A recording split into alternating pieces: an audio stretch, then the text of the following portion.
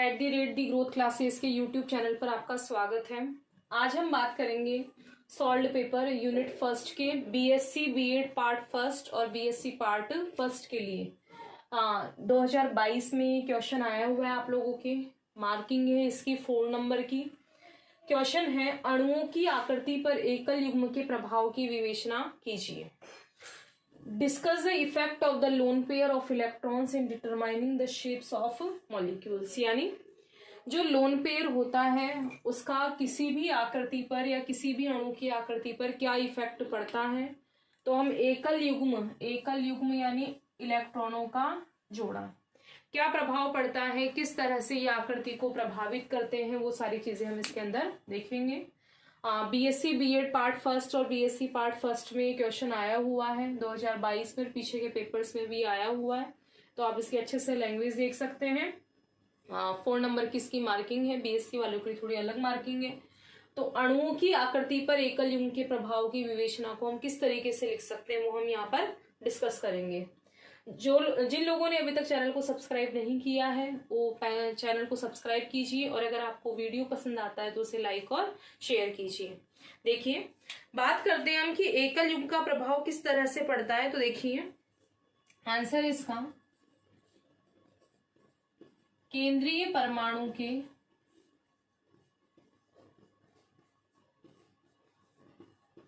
अबंधी electron युग्म के साथ साथ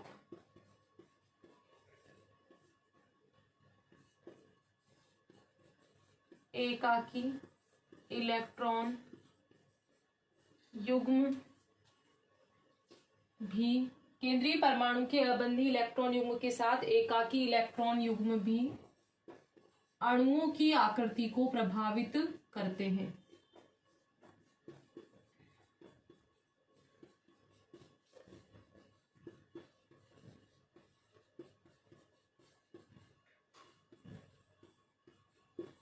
अबंधी यानी जो बंध बनाने में भाग नहीं ले, ठीक है। अबंधी यानी जो बंध बनाने में भाग नहीं ले। तो केंद्रीय परमाणु के बंधी, ठीक है। तो केंद्रीय परमाणु के बंधी इलेक्ट्रॉन युग्म के साथ साथ एकाकी इलेक्ट्रॉन युग्म भी अणुओं की, एकाकी इलेक्ट्रॉन युग्म को ही हम क्या कहते हैं, अबंधी। अबंधी यानी जो बंध बनाने में भाग नहीं ले और बंधी यानी कि जो बंध बनाने में भाग ले। ये दोनों ही आकृति को किस तरीके से प्रभावित करते हैं उसके बारे में हम यहाँ बात करेंगे, ठीक है। इसमें जैसे एग्जाम्पल की हम बात करें तो अष्टक नियम का पालन करने वाली, अष्टक नियम का पालन करने वाले सरलतम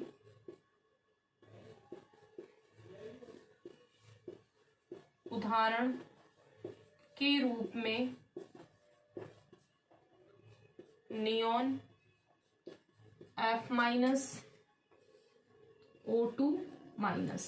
नियॉन कितने नंबर पर आता है, 10 नंबर पर। अगर F में हम माइनस लगा दे तो इसमें भी कितने इलेक्ट्रॉन आते हैं, 10।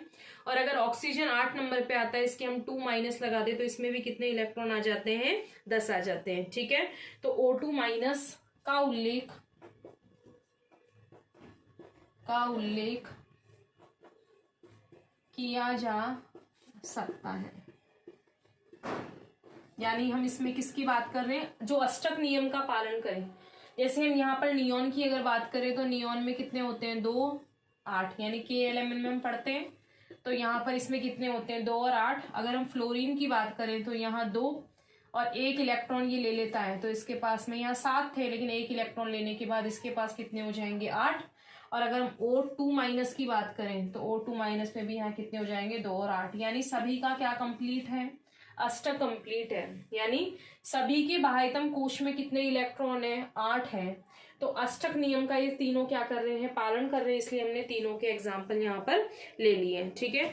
इन तीनों की हम बात करें तो तीनों में क्या है, 10 इलेक्ट्रॉन है और तीनों के आउटर शेल में कितने इलेक्ट्रॉन हो गए हमारे पास में, 8 हो गए। तो इन सभी में विपरीत चक्रण वाले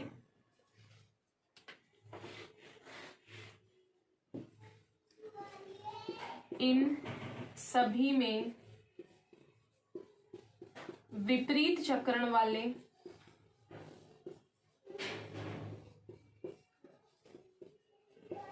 विपरीत चक्रण यानी जिनका चक्रण क्या हो, एक दूसरे के अपोजिट हो, उनको क्या कहते हैं, विपरीत चक्रण वाले। तो विपरीत चक्रण वाले इलेक्ट्रॉनों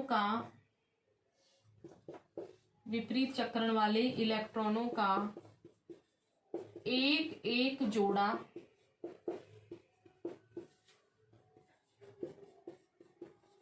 चतुष्फलकीय आकृति में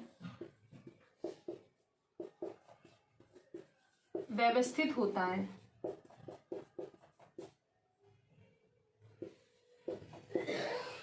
चतुष्फलकीय आकृति में क्या होता है, व्यवस्थित होता है। कैसे, हमने कहा कि इन सभी के पास कितने इलेक्ट्रॉन है, 8 है।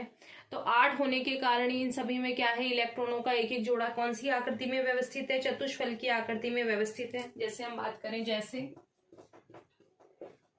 नियॉन में हम बात करें तो नियॉन में कितने इलेक्ट्रॉन हो गए, 8। तो विपरीत चक्रण वाले हम इनके क्या बना देते हैं, चतुष्फलकीय आकृति बना देते हैं सभी की, विपरीत चक्रण वाली। ठीक है, ये तो हमने किसकी बात की, नियॉन की। सेम ऐसे ही किसका हो जाएगा, F माइनस का।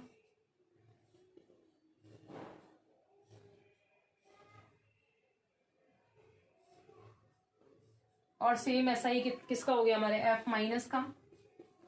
और यहां ऐसे ही बात हो गई किसकी, O2 माइनस की।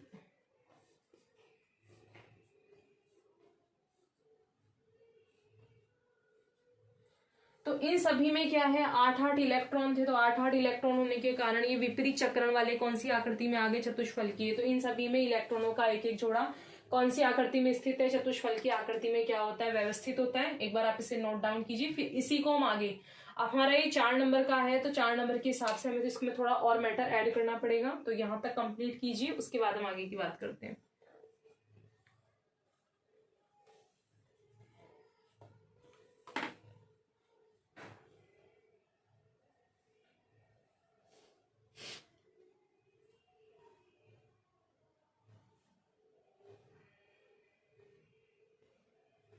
देखिए, इसके बाद इसी के आगे कंटिन्यू करते हुए, आंसर हमारा कंप्लीट नहीं हुआ है। इसी के आगे हम बात करें तो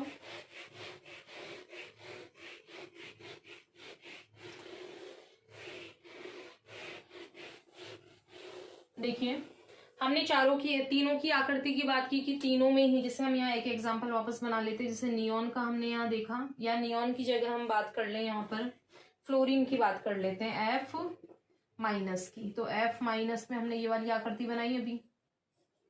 ये विपरीत चक्रण वाले जो 4 इलेक्ट्रॉन है, उनका जोड़ा जो है वो कौन सी आकृति में स्थित होता है, चतुष्फलकीय आकृति में स्थित होता है। तो इसके बाद हम बात करें तो ये वाला हमारा क्या आ जाएगा कि इन सभी में तीनों में, जो तीनों हमने बनाए, इन सभी में क्या है, इन सभी में कितने इलेक्ट्रॉन थे, 8। और 8 के 8 जो है वो किस रूप में स्थित है, चतुष्फलकीय रूप में। तो इन सभी में चारों इलेक्ट्रॉन युग्म क्या है, बिल्कुल समान है। हमने नियॉन की बात की, ऑक्सीजन की बात की, फ्लोरीन की बात की। तो सभी में चारों इलेक्ट्रॉन युग्म क्या थे, बिल्कुल समान थे। तो चारों इलेक्ट्रॉन युग्म परस्पर बिल्कुल समान है, परस्पर बिल्कुल समान है।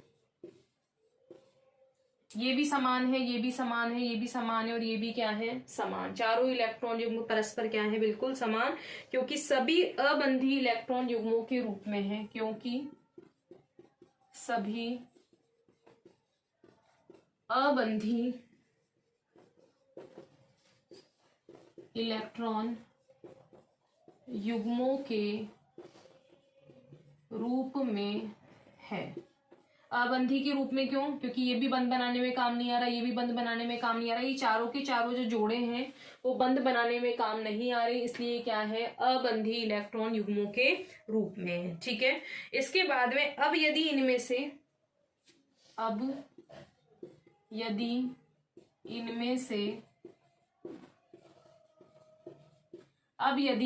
से एक अबंधी युग्म, यानी एक लोन पेयर, एक अबंधी युग्म बंध बनाने में काम आ जाए, बंध बनाने में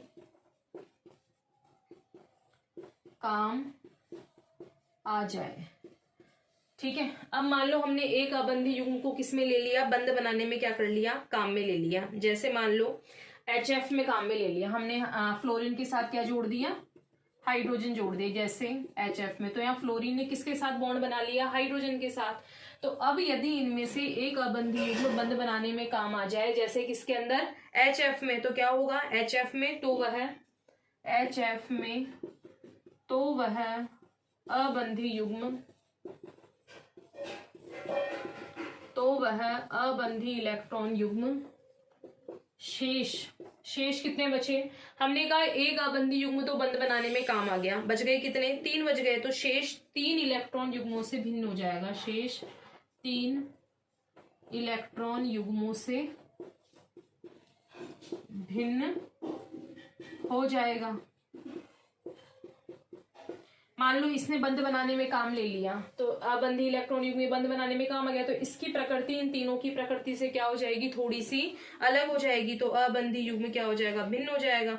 और ये क्या करेंगे फिर, और ये अबंधी इलेक्ट्रॉन युग्म को प्रतिकर्षित करेंगे,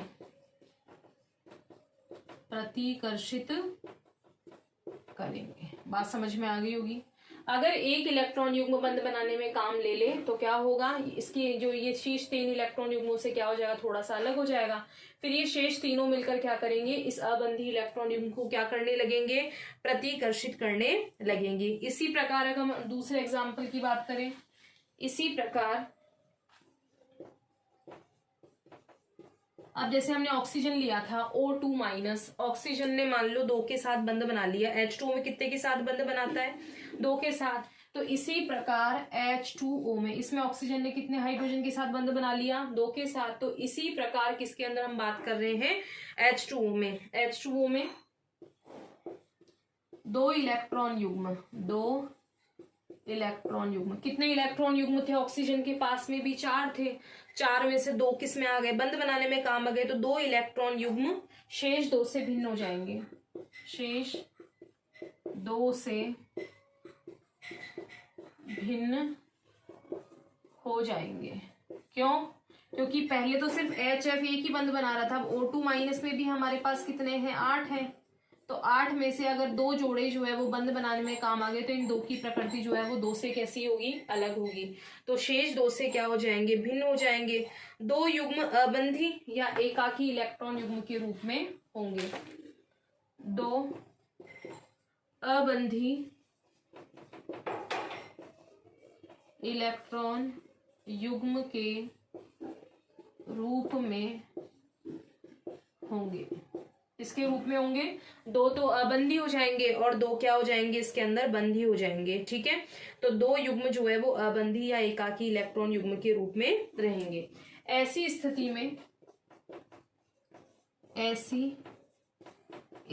में यहाँ 3 प्रकार के बल काम करेंगे। वो 3 प्रकार के बल कौन कौन से होंगे, 3 प्रकार के बलों के बारे में अगर आपने पढ़ा हो तो ऐसी स्थिति में यहाँ 3 प्रकार के प्रतिकर्षण बल कार्य करेंगे, जिनका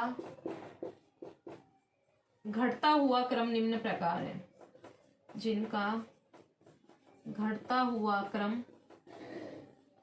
निम्न प्रकार है। देखो कैसा घटता हुआ क्रम है, एक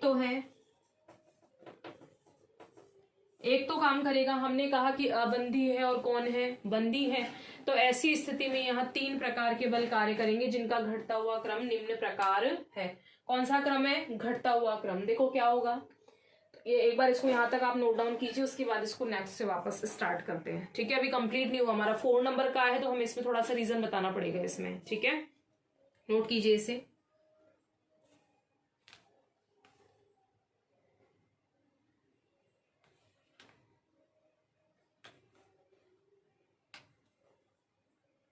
ठीक है, देखिए आगे बात करते हैं। तो इन बलों का घटता हुआ क्रम क्या होगा, घटता हुआ क्रम क्या होगा? तो सबसे पहले यहां पर आएगा अबंधी युग्म, अबंधी युग्म जिसे हम कहते हैं लोन पेयर। लोन पेयर सबसे ज्यादा प्रतिकर्षण बल इसमें होगा। सेकंड नंबर अबंधी युग्म, और एक हो जाएगा हमारा कौन सा युग्म? बंधी युग्म, यानी कि लोन पेयर, और इसको हमने क्या नाम दिया था? Bond pair. और एक हो जाएगा हमारा बंधी युग्म, और ये भी क्या हो जाएगा? बंधी युग्म। आप लोगों को शायद बड़ा लग रहा होगा, लेकिन बड़ा नहीं है, हमारा 4 नंबर का है ये, तो 4 नंबर में थोड़ा सा हमें इसे एक्सप्लेन करना पड़ेगा। और बोर्ड पर शायद 2-3 बार में आपको काफी बड़ा लग रहा होगा, लेकिन अगर हम इसे लिखने बैठेंगे तो कॉपी के हिसाब से हमारा ये बहुत छोटा हो जाएगा। ठीक है, हमने कहा कि सबसे ज्यादा जो प्रतिकर्षण बल है वो किस किस के बीच में लग रहा है? अबंधी युग्म और अबंधी युग्म के बीच में। उससे कम किस में लगता है? अबंधी और बंधी में। और थर्ड लगता है बंधी और बंधी में। ठीक है, तो इन बलों के घटते हुए क्रम का कारण क्या है? तो बंधी इलेक्ट्रॉन तो क्या होते हैं? स्थानीकृत होते हैं। बंधी इलेक्ट्रॉन युग्म स्थानीकृत होते हैं। बंधी इलेक्ट्रॉन युग्म कैसे होते हैं? स्थानीकृत। स्थानीकृत यानी लोकलाइज्ड, यानी अपनी जगह पर रहते हैं। क्यों? क्योंकि बंधी के कनेक्शन में दूसरे बंधी का मतलब इसने बॉन्ड बना रखा है। बॉन्ड बना रखा है तो दूसरे के साथ क्या करेगा? आकर्षण करेगा। तो बंधी इलेक्ट्रॉन युग्म तो कैसे होते हैं? स्थानीकृत होते हैं। इसके विपरीत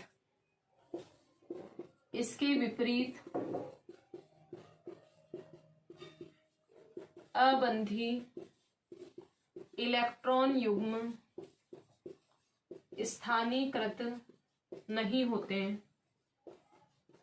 यानी एक जगह पे नहीं रहते, फैल जाते हैं। क्यों फैल जाते हैं? इसका रीजन देखिए। तो इसके विपरीत अबंधी इलेक्ट्रॉन युग्म जो है वो स्थानीकृत नहीं होते, वरन वे अधिक कोणीय आयतन घेर कर, बल्कि वे अधिक कोणीय आयतन में फैल जाते हैं। क्यों फैल जाते हैं? ये इसलिए फैल जाते हैं, अबंधी का मतलब जो बंद बनाने में भाग नहीं ले। अब बंद बनाने में भाग नहीं ले तो इन पर ये किससे जुड़े हुए हैं, किससे नहीं जुड़े हुए, इसलिए इसका कोई फर्क नहीं पड़ेगा। कोई फर्क नहीं पड़ेगा तो ये क्या हो जाएंगे? फैल जाएंगे, फैल जाते हैं। और इसका कारण यह है कि इनमें क्या होता है? किसी भी तरह का इस फैलाव के कारण ही क्या होगा? इस फैलाव के कारण ही क्यों फैल जाते हैं? क्योंकि बंद तो बना नहीं रही है। अब जब ये बंध नहीं बना रहे तो इनका किसी से भी आकर्षण तो होगा नहीं। अगर ये किसी के साथ बंध बना लेते तो यानी उसके साथ जुड़ जाते तो आकर्षण हो जाता, लेकिन इसके साथ कोई जुड़ नहीं रखा तो क्या हो जाएंगे? ये कोणीय आयतन में फैल जाते हैं। और इस फैलाव के कारण ही अबंधी इलेक्ट्रॉन युग्मों का प्रतिकर्षण कैसा होता है? अधिक होता है। प्रतिकर्षण अधिक होता है और वे आकृति को प्रभावित कर देते हैं।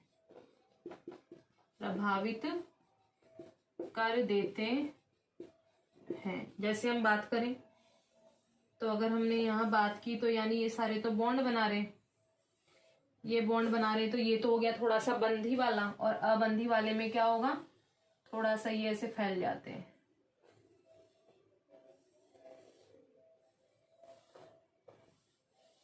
ठीक है, तो ये वाला तो कौन सा हो गया? जो अधिक आयतन में फैल रहा है वो कौन सा हो गया? अबंधी।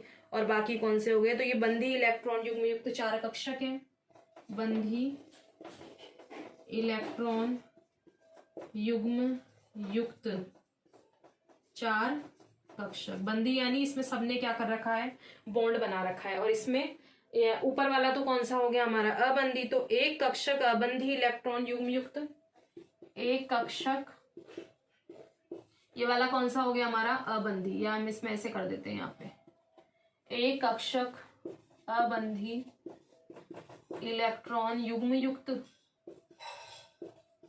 व शेष तीनों ने क्या बना रखा है? शेष 3 बंधी इलेक्ट्रॉन युग्म युक्त कक्षक। ठीक है, तो क्या होगा कि अबंधी युग्म और अबंधी युग्म में ज्यादा प्रतिकर्षण होता है। क्यों प्रतिकर्षण होता है? क्योंकि ये क्या होते हैं, कोणीय आयतन बनाकर फैल जाते हैं। क्यों फैल जाते हैं? क्योंकि इनका किसी से आकर्षण तो है नहीं, इसलिए फैलकर क्या करते हैं, आकृति को प्रभावित करते हैं।